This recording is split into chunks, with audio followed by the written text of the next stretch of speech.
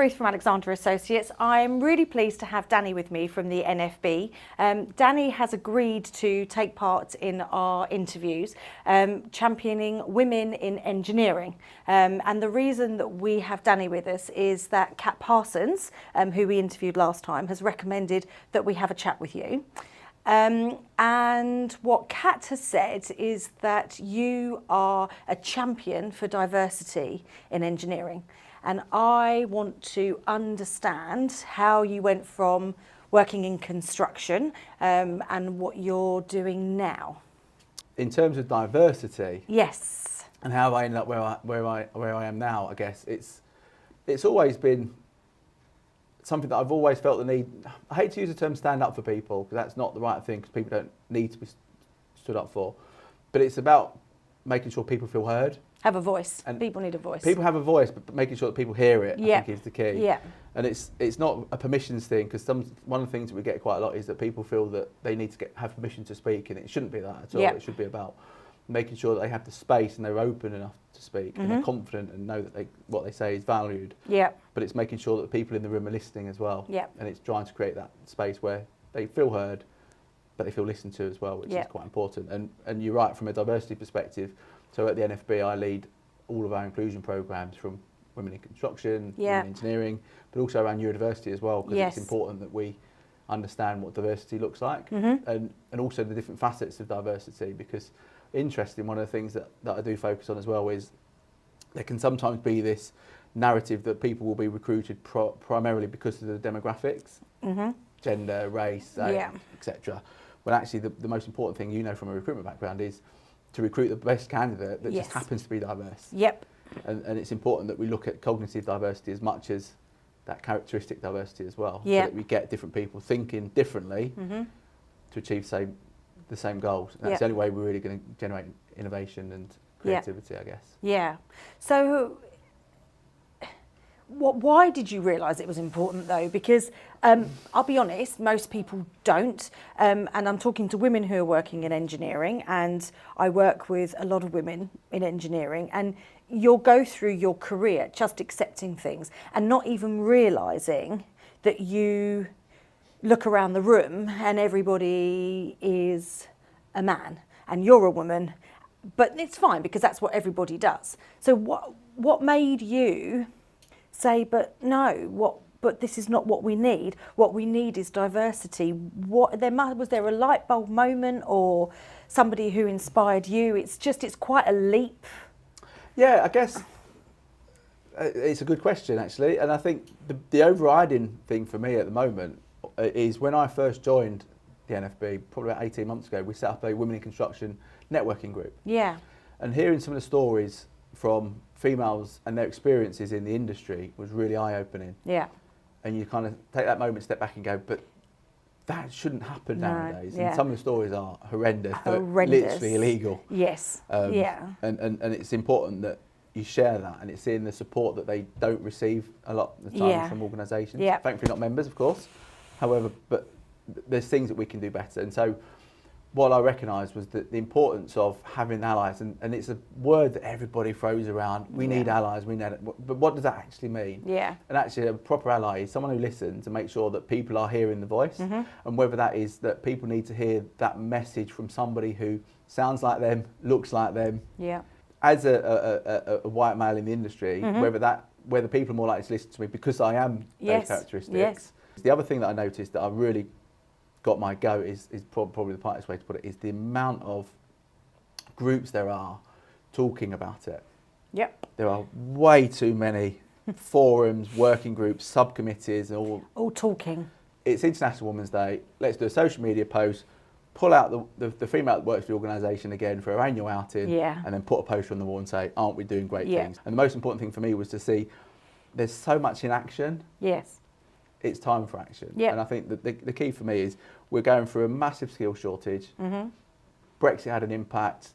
People leave the industry. Yeah. From engineering, the amount of engineers that leave the industry for caring, parental responsibilities, men and female, is astronomical. So actually getting the industry to look to review and revise how we deal with things, and we recruit from as wide a pool as possible. Yeah. That's what we're trying to do, and actually give something back in terms of, well, what can we do? We can raise the voices. We can do mentoring. You mentioned mentoring. We can do masterclasses. We can do training programs. We can have networking and community groups that bring people together to make people feel like they're not on their own and actually make them feel like they're part of something. And that isn't just women. Yes. And that's the whole point of inclusion, is that you take everybody with you. Yes. And you don't have anybody that feels segregated. Yeah. And the more we do that, the more we're going to get the negative behaviours out of the industry. Absolutely. Yeah, I think you find when you do recruitment, there'll be subjects that will come along that you know full well that what they've been asked is to, okay, well, we need to look at we need to look at ED&I, or we need to, all these different subjects, and it's tick, tick, tick, tick, let's pass it down the supply chain. And as long as they're ticking those boxes, that's fine. And I just didn't want to be part of an industry where I was helping someone tick a box. I want to be part of an industry that wants to change. And that's what these videos were about. One of the starting points for me in any types of programs, whenever we talk to people about inclusion and ED&I and people that have the perception of, we're going to do this, great, let's explore that a little bit. Yeah. Because the first question that I generally would ask would be, why? Yeah. Why are you doing it? What are you hoping to achieve from it? And if it's for any other reason than just because it's the right thing to do, you've probably missed the point somewhere. It isn't a PR stunt. It isn't a poster on the wall. It isn't quotas and ratios and things like that, because that just drives the wrong behaviours. Because if the organisation is not ready for more women in positions of responsibility, more ethnic, diverse candidates to apply and be put into the senior positions, you're just setting them up to fail. But equally, what you'll then have is the organisations that go, hey, at least we tried. You know, we recruited them. No. If you're not ready, get yourself ready. And if it's not that you're doing it for the right reasons, just don't do it. Tick box exercises is very much keeping up with the Joneses, which unfortunately does sometimes happen. You're doing it, let's do it as well. Let's be seen to make sure we're doing it. And it isn't the right reason. Nope. If it isn't, as I say, to do the right thing, then just don't do it. From a women in construction perspective, is one of the things that we did from sitting on all these groups. So I sit on the Construction Industry Council and a few other panels around ED&I. Is, as well as there's lots of people talking about it, there are some that are starting to take action. There was this overriding rhetoric that there's not enough women in the industry. And so the constant message to even the women that currently work in the industry is, there's not enough women, we need to get more women, we need to get more women. At no point do you ever see people go, we need to get the right women, we need to get the right quality of candidate, we just need to get women. And what that kind of led me to kind of view, and some of the conversations that we had in our groups, was the narrative to the people that already work is they're not enough. And they go, well, what about me? I work in here already, I work in the industry, am I not enough for the role? You want somebody just because, am I employed just because I'm female? I'm employed because I'm a bloody good engineer, I'm a bloody good site manager, or I'm really good at what I do. And what they don't do is go, yes, you are really good. And that was why we launched the Top 100. So last year, hopefully you would have seen it, we launched the Top 100 Most Influential Women in Construction, primarily to say, we do need more women. This is the top 100. This is the top 100 women. So this is the top 100. Imagine 100. How hundreds there are. And the idea behind it was to say, there are enough women in there aren't enough women in the industry. There aren't. Categorically, we need to get more women. However, and the key difference here was, however, here are 100 amazing women that already work here. So if you are exploring the industry and thinking about coming into construction, which is a really good industry to work in, there will be a role model for you. So it wasn't us going out and cherry picking our favourites, us going out and picking members or anything like that, which is what sometimes people accuse us of. It was about saying, it's for the industry. So we asked people to nominate anyone that you work with, whether that's somebody locally or somebody that leads the industry from their behaviours. We then had a couple of shortlisting rounds, and then we had a swanky do in Manchester. And we celebrated 100 amazing women. Brilliant. And it went from tradespeople and apprenticeships right the way through to the C-suite, and everyone in between across England, Wales, Scotland, Northern Ireland, which was brilliant. And we really celebrated that, and we had 350 people in the room in Manchester, and it was a really good vibe and celebration, and everyone enjoyed it. And we then launched our legacy programme, which was mentoring, for those that want to be mentoring. I feel like I'm doing a sales pitch here. Mentoring programme, our masterclasses, our monthly peer groups where we bring everybody together, ILM training that we fully fund, So we're fully funded place in that. And everything that we do is fully funded. Right. With support from CITB and other partners, we're able to say, we don't charge, we just want to bring people together. So Yeah. last year we ran a masterclass on finding your voice, which was around how to find your voice in a room, Yeah. physically, publicly, face to face, but also online. And actually gave people some hints and tips around finding the voice. As I say, it's not about permission. And the best feedback that I still remember from today, from the session itself, was you mentioned about people changing their behaviours, was one of the attendees who turned around and went, I've been part of the problem.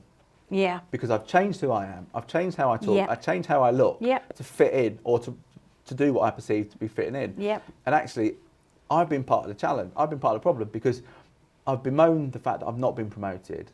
I've bemoaned the fact that I've not advanced as much as my Yeah. male colleagues. However, I've always assumed the supporting role. Yeah. And it's interesting because her line manager, who was also female, sat next and said, I've always assumed you're happy with the supporting role. Yeah. I've never really seen that you've wanted to progress and take things forward. So actually she said, well, I've been part of the issue. And actually what I'm going to do is actually be more authentic and be more myself, which was brilliant. Yeah. But you see how many people do adjust the behaviours to fit into the demographic. We talked about it in a couple of the interviews. You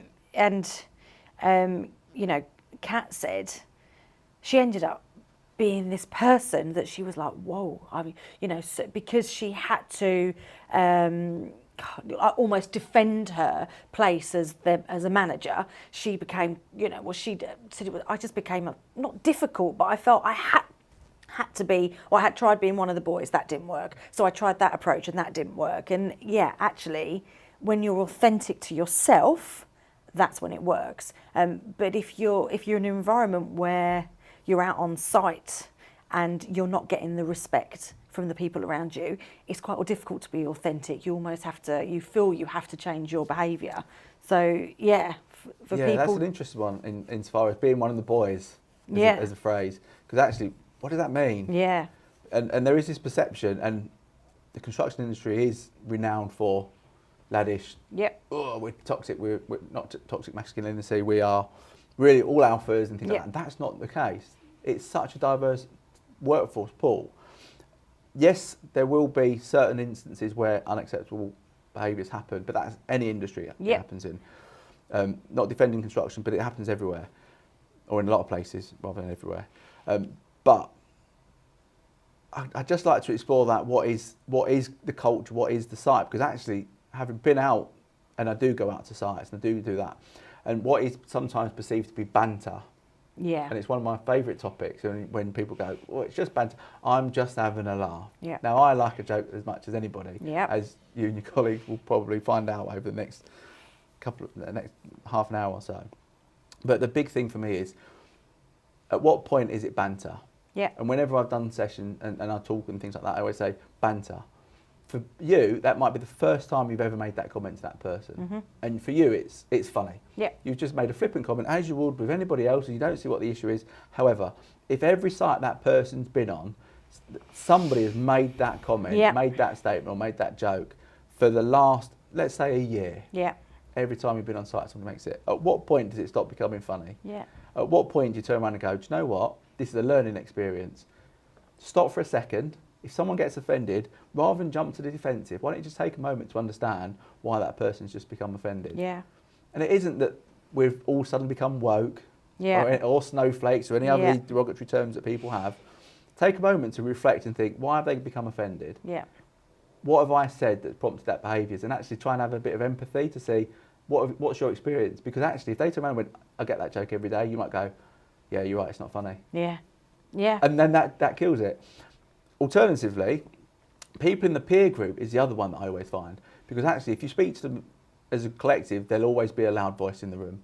The person who dominates conversations and things like that. But actually, if you speak to them as well as the others, you'll be surprised how often they'll go, yeah, I never thought it was funny. But they don't quite feel comfortable to speak up. Yeah. And actually, we kind of can sometimes foster this culture that you have to go along with the voice. And it is that thing about not wanting to go against your social peers. And actually, even when you know it's wrong, you won't necessarily be the person that goes, that's not right. Yeah. Because you want to fit in. Yeah. But actually, if everybody in that circumstance feels uncomfortable, at what point is then it acceptable to say, that's not funny? You talk about the mental health statistics. which is another passion of mine as well as diversity. You see the scale of mental health Yes. and suicide statistics in Yep. construction. It's awful. Yeah. And part of that is because people aren't being true to themselves, Yeah. or they're subjecting themselves to things that they wouldn't deem to do outside of work. Yeah. So why would you do it in work? Yeah. And therefore they hold that guilt that they then take away with them, and they beat themselves up for not challenging it, Yeah. which isn't right either. No. So the more organisations can actually act on it Yeah. and deal with it properly, the better. In terms of dealing with it, because there is an interesting point here that I would like to raise. So when I mentioned about some of the stories that we get told, there's 3 instances in particular that really get my goat. That is part of the thing that drives me to try and make the change. One was an instance of a young female colleague who had managers ply them with alcohol, turn up at the hotel room late at night, knock on the door to make sure they're okay. Absolutely not acceptable. No. Let's be clear about that. Yeah. Another one who told me that on site they had their breasts grabbed, which is assault. Yeah. And the last one is an individual that had rubber phalanxes placed around the work site in the spirit of humour, is what I perceive that to be, which isn't very funny. No. But the big thing for me is all of those 3 individual cases were all reported, and all were not really dealt with as they should have been. as they should have been. Yeah. And there seems to be a disconnect between Yeah. reporting lines, so that they seem to get reported to a certain point, but then the exec teams and the people that run the organisations generally don't hear about it. Yeah. So actually, I'd always encourage people to say, do you really understand what goes on at site Yeah. level, and what are your lines of communication to get those types of stories, because that is assault. Yeah. It's outrageous. And not acceptable in the No. slightest. And actually, No. what are you doing about it? Yes. And actually, inevitably, the 3 individuals left the company Yeah. as opposed to stayed on site. One of them even got told, we'll deal with it once the project's finished. And if you ever want an example of just how much we don't value some people that work on site, it's to say the project is far more important than you. Yeah, than you. Let me deal with that first, Yeah. and then we'll deal with it. Yeah. Too late at that point. Yeah. No. No wonder people are leaving the industry or leaving the companies. Yeah. And have that space open so that people can be honest about what they're experiencing. Yeah. And that way you're going to change it. Yeah. It's the things when you talk about the banter, and actually being brave enough to go, yeah, actually, I just don't find that funny. Please, please don't talk like that, 'cause I just don't find it funny. And actually, people will respond to that, but it's not becoming part of the problem. And I Yeah. think that happens so often, where you just become part of the problem because you laugh along with it. Yeah. Yeah, and sometimes it's the uncomfortable laughter. Yeah, yeah. That's the other side of it, where people go, Yeah. am I meant to laugh? I'm not quite sure. Because it wasn't funny, It but wasn't funny, but I want to fit into my group. Yeah. And that's the other side of it, is not changing fundamentally who you are. Yeah. Because if it's not right, and I always say to people, trust your gut instincts. If you're in a situation it doesn't feel right, yeah. it probably isn't right. You- And what are you doing about it? And the other thing I'd say on the whole banter thing is, a lot of the time there will be people that are experiencing that situation that just go along with it, and they just don't deal with it. Yeah. And it's those people that then end up leaving because they then have this perception that is just what the industry is like. Yes. Because if that's what they come into, that's what Yeah. they then If you get that every experience. day, If that's what- your experience of something. If that's- So that becomes I the don't norm. want to do this anymore. That's customer practice. Yeah, I'm going to go. This is just Yeah. what the industry's like, and it Yeah. isn't. There's so Yeah. many wonderful sites doing so many wonderful Yeah. things on a daily basis that should be the focus of our attention. Yeah. We need to change the narrative associated with construction as well. Yeah. Because the narrative itself across the industry is not as good as it could be. I was Yeah. going to say awful, but it's not quite as bad as it was. Generally, it depends on the type of conversation you have. There will be those that say, the industry is just for men. Mm-hmm. Well, actually, let's be specific. The industry is predominantly male, predominantly white male, predominantly heterosexual white male. Yep. People like me. Yeah. But that doesn't mean that there isn't a space for everybody in the industry. Mm-hmm. Let's be clear. And actually, most people are all about cognitive diversity. They're all about making sure that it's a quality person doing the quality work and tradesmanship, Yeah. tradespersonship. That's the most important thing. However, you also then get a separate narrative, which is, well, construction isn't for academics. It's for the thick kids. It's for the kids that weren't academic at school, that Yeah. couldn't sit exams, that couldn't do coursework. That's not true. There's 186 roles in construction. Yeah.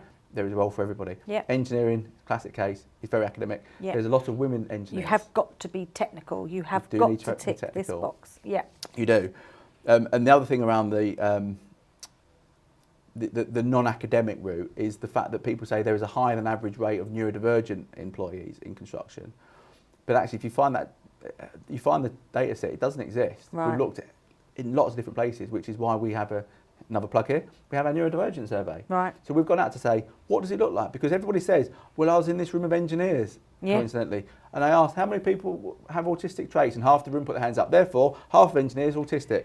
That's not a data set. I'm sorry. No. Let's go out and find out. Yeah. So actually, we've get gone the out. real data.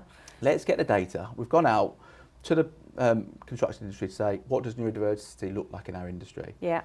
What conditions are there? Has it been shared? How has it impacted on communication? How has it impacted on training and career development and stuff like that? And let's try to understand what neurodiversity looks like. Because if we can understand that, we can then start to look at how do we bring people into the industry, because then we are looking at a diverse workforce. Absolutely. And we've got the biggest talent pool possible to then plug the gaps. We've got to grow by 45,000 people, more people than leave the industry year on year. Yes. That's a big target. It's a huge, huge target. And we're not going to get where we need to be No. if we keep losing people. Which does leave an industry in crisis, which is what I've talked about so often. Because how do we continue if we don't have growth in engineering? That is an industry in a bit of crisis, which is why it's so important that it is seen as a career that is available for everyone. And I absolutely believe that is so important. And the only way we're actually going to plug those gaps is by looking at as diverse a pool of talent as possible. Yeah. That's the only way to deal with it. Yeah. Homophily, I think, is a term that I've started to become familiar with from a recruitment perspective, which is where people recruit people that look like them, think like them, or are culturally similar. Yeah. The definition of insanity is doing the same thing, expecting different results. Yes. We have to accept and embrace a wide pool. Yeah. And the only way we can do that is by looking outside of the realm. So looking at new starters, looking at new entrants, looking at people returning to the industry, looking at new ways of working, hybrid working. And I know people go, but you can't be hybrid if you work on site. You can be hybrid, because actually you can look at flexibility in terms of don't be on site at 7 o'clock, get there for 9 or 10, look at reduced hours, look at job shares. There's lots of opportunities. There's lots of transferable skills that can come into the industry. There's so many different ways of working. If we change this traditional approach of you've got to be on site at 7 o'clock, you've got to leave at 3 o'clock, 5 o'clock, whatever that looks like. Just stop, take a step back and go, how do we do it differently? Yeah. And if you think differently, get that cognitive diversity, which I mentioned, you have different people coming with different solutions to the same problem. Yeah. And that's the only way we're going to change that approach. I'm going to come back to mentoring, actually, because the other thing I wanted to kind of touch on is, one of the first questions you asked me about is why is it important for men to talk about it? Yes. And men to promote ED&I. From a male perspective, why should men be talking about it? Men should be talking about it for the same reason that women talk about it, because it's important for the workforce. Yeah. This isn't a them and us attitude, but this is what's rife in the industry. And not just our industry, but most industries, where you create this them and us approach, where you go, this is what we are, this is what we recruit, and they're just going to come and join us. Well, actually, what you want to do within your teams, and whether that's teams, departments, groups, whatever, however you describe it, is to look at them as an us. And what do we look like? What do we sound like? What do we do to achieve our goals? Now, what I will always say that I've experienced in multiple industries, construction, healthcare, rail, manufacturing, lots of different sectors, is the fact that there will be men in positions that will support, coach, mentor, develop their teams regardless of gender. Yeah. There will be women that coach, support their teams regardless of gender. However, equally, there will be men who don't do that, and there will be women that don't do that. So actually, from a role modelling perspective, females that work in construction, and without preaching to the converted, of course, need to make sure that they're not shutting the door behind them. Yes. Because there is another thing that we've come across a few times, which is, I hate to call it Smurfette syndrome, where there is a Smurfette syndrome to a degree where they are the only female that sits on the board, and they do not want to weaken their position by another female joining the board, which is just, I nearly swore, nonsense. Well, it's ludicrous. That's a polite way of putting it. Because actually it's about us all supporting each other. Absolutely, yeah. And actually not seeing as threats. Yeah. What will undermine my position? It doesn't, because actually, if we actually understand the benefits of supporting each other, then we'll see the benefits to the organisation, benefits to our teams, and truly grow and have proper inclusive teams. Other people's success needs to be seen as a way that enhances your position, not belittles your position. Yeah, and actually, in my experience, I I've come across women who are not good champions of women, and it's exactly that situation of, well, I've got here and I'm not bringing anyone else along for the ride because I've got myself to this position. So it goes absolutely against with you know, everything that we should be thinking. And yeah, there are women who will not champion women in the workplace, and it's that fear of well, what happens to me if they get there as well? But what if they're better than me? What if they're more successful than me? And it's seeing other people's success as actually, you know, look at the journey they've gone on, and you were there with them, and that's incredible. Yeah. But see, I'd say that interesting on that spectrum, you're spot on. But for me, that's not a gender thing; that's a personality thing. Yeah. That's an insecurity on their part. Yeah. I wouldn't say it's anything to do with gender No. because it happens across genders. However, it's very much a personality thing where people protect their positions by just holding other people back. Yeah. And it's like, I saw this interesting thing on LinkedIn the other day that said equity is not a pie. Having an equitable solution, sharing equity does not reduce what you've got. Yeah. And I thought, I've probably done it a disservice, but it was a really good analogy. I was like, that's really the point. If you give people equity, if you give people support to operate at a level or to apply for roles or to have training and development opportunities that they need to undertake a task or undertake a role, doesn't weaken your position. It doesn't lessen what you've already got. No. Because you're already in the seat. Yeah. And if they are that much of a threat, they're probably going to overtake you anyway. Yeah.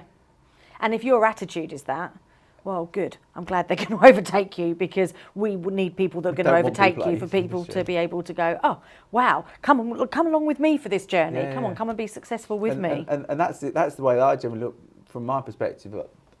I think there's nothing more powerful than seeing other people flourish. Yeah, absolutely. Especially with the training you do with people being able to have a voice and being listened to. That must be life-changing for some people to feel that. Yes, and that's an interesting one. So, from my perspective, you always undervalue what you do because you just do it. Yeah. If that makes sense. So, like everything we do, or everything I do, from the networking groups to the training to the talks and stuff like that, you do it because it's just the right thing to do, and it's just how I've been raised, to be fair. But actually, seeing that little light bulb moment where people go, oh, I get it. Yeah. And you go, but I just don't understand why. My psyche is, but I don't understand why you didn't get it. I don't understand why this isn't just the norm. Yeah. So actually, to being able to then break down those barriers and actually raise awareness is really important. And it's interesting. So like when we do the masterclasses and I talk about inclusion and the benefits and quote McKinsey and things like that, and people like the statistics, but the statistics, let's be fair.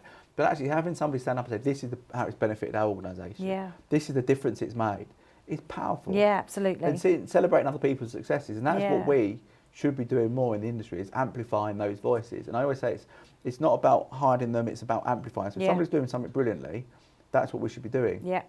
And that is for any EDI programme. When I say about the programmes that we run, if somebody else is doing something better than we are, absolutely. Yeah. I'll sit here and I'll stand out and I'll go, that's amazing, you should look at that. Yep.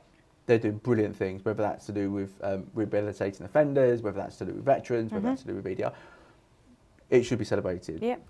There is this competitive nature where people think they're doing a brilliant thing, we should do it as well. Why? Yeah. Why can't you just go, that's really good, let's just support that? Absolutely. It just defeats the purpose. Yeah. It's an industry that's meant to be collaborative, and collaboration is key to everything construction does, but there's so much competition, it blows my mind. Yeah. I've never thought about that, but that's so true, isn't it?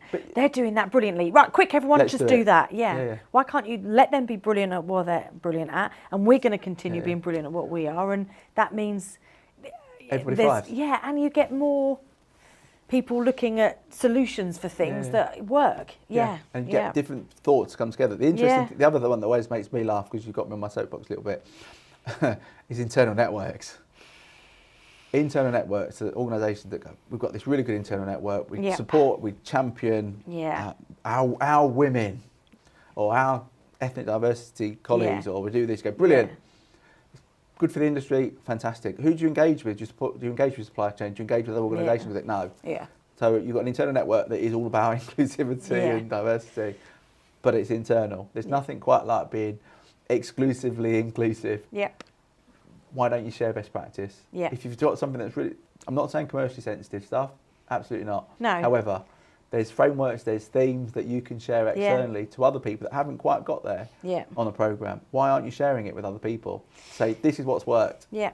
That's gone really well. Yeah. But we don't. We try and do it to us, so it amplifies our employer brand. Yeah, Look at us. Yeah, there almost Why? does seem to be this attitude of, well, I can't tell them that, because then if I tell them what we're doing, well, they might do it. They'll and do then it as we'll well. lose our USP or whatever it Yeah. is. And you just think, well, that's a load of nonsense. Because there's no USP, because most organisations have an internal network. Yeah. So what's the USP there? Yeah. It just doesn't work. No. And I wanted, like the companies that you're engaging with then, how do they come to you? Do you go, I mean, what kind of companies are you dealing with? Both. Right. I think is the politest way to put it. So we work with people proactively, we work with people reactively. The biggest challenge I have, if I'm brutally honest, is people don't quite appreciate just the breadth of what we do. Yeah. So it's not until you actually sit down with somebody and go, and we do this, and we do this. Because actually a social media post of everything we do around inclusion would be multi-threads if it's Twitter. And people don't realise just how much we do. And the other catch is people always go, what's in it? How much is it going to cost? Yeah. What are you trying to sell to me? Go, no, genuinely, because it's, again, from our perspective, when we launch an inclusivity programme, we can't be exclusively inclusive. We have to say, genuinely, our mantra is to support the industry. So whether you're an SME or a tier one, come along. We have partners. We're not for profit. Yeah. We want more members, of course. So if you are interested, join us. But we want to get people together because it's the right thing to do. Sharing that best practice and sharing ideas. Yeah. So we work with tier ones, but we work with SMEs. We work with recruiters. We work with contractors. We work with merchants. We work with marketing companies. We work with PR agencies. We work with anyone associated with construction. Yeah. To give people that platform to say, this is how you can be an ally. This is how you can support each other. This is how you can mentor. And our mentoring programme, so I'll focus on that for a second, is personally matched. Labour intensive. However, what we do is we train the mentees and we train the mentors, because lots of people go, I need a mentor, or I want to be a mentor. And what generally you say is, great, what do you want to mentor somebody on? Yes. And they go, what do you mean? You go, well, it's quite a big job, quite a big responsibility. When you say you want to mentor somebody, what's your skills? What can you help somebody with? Well, I don't know. Okay, well, let's refine what that looks like. Yeah. Or you get people go, I want a mentor. You go, brilliant. Why? Yeah. What do you need mentoring on? Yeah. Because you really need, if you're going to have a proper mentoring relationship, in my opinion, you need to have a really clear focus, and that focus should be what you talk about for between 3 months, generally 6 to 12 months at a push, no more than that. Yeah. But 3 to 6 is typical, and you want to be mentored on that. So we train them, say, this is how you get the most out of a mentoring relationship. And mentors, it's your time. You're generally highly valuable in terms of your time, and if you was charge out rate, you'd be really expensive. But you're giving your time up freely, which is amazing. Yeah. Make sure you value it. It's not a talking shop. Yeah. If you want to go for a coffee, that's not mentoring. No. Mentoring is helping that person develop. Yeah. And we get the mentors, mentees, we look at what they're looking for. We then look at personalities, we speak to them, and then we match them. Yeah. And we match them for a Zoom meeting on the first one, so it's a group setup. They have one-to-ones.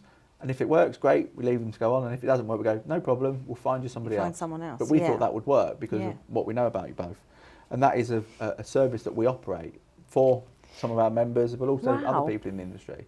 And do you, obviously you help companies with practical things that they can do, and if you've got a company that's at the very start of saying, okay, we think we've got an issue around diversity, we've got to look at it. Is there some like really simple things that companies can do straight away, that really easy, that will affect change, not massive change, but if you start this little spark, this could happen?